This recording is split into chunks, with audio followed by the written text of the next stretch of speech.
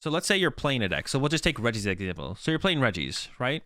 And then all of a sudden, a bad matchup in the form of Goodra becomes popular. All right, so Goodra becomes popular. Like, okay, this is a bad matchup. So two things happen. One, you should either tech for the matchup. If the tech actually sufficiently wins you the matchup, or two, you should stop playing the deck. Because if your goal is to get a certain win rate in the metagame, just in general, not with any specific deck, like your goal is to like be competitive at tournaments consistently, then sometimes you just have to drop your deck if it becomes popular enough. Now, I think in the current meta, Goodra isn't popular enough to warrant not playing Regis. So if you still want to play Regis and you still like playing Regis and you're still trying to like be competitive in tournaments, then I think playing Regis is still fine.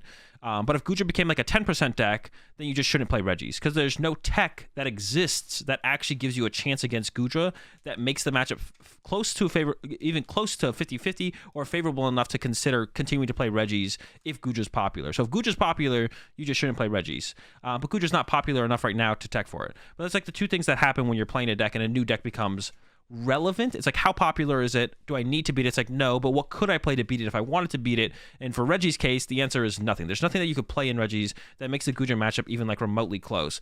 So your answer in that matchup should just be to not tech for it and instead just be consistent against all the other stuff, or maybe tech for a different matchup where the tech actually has a higher percentage change in the matchup that might make something else unfavorable to favorable or something like that. Like playing Yellhorn to beat Ice Cube is like you 100% beat Ice Cube in Reggie's if you play the Yellhorn.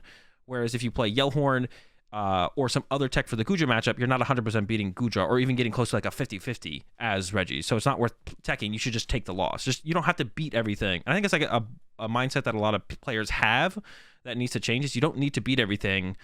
You just need to make sure that you're being competitive in the sense of being competitive in the tournaments you're playing in, whether that be with a specific deck or even shifting decks to remain being competitive in the tournaments you're choosing to participate in, which means sometimes you have to drop a deck, sometimes you do have to tech out a deck, but sometimes there's just not worth teching out a deck enough to the point where it can compete with the new threat of a deck. But for Reggie, thankfully, Goodra's not that popular.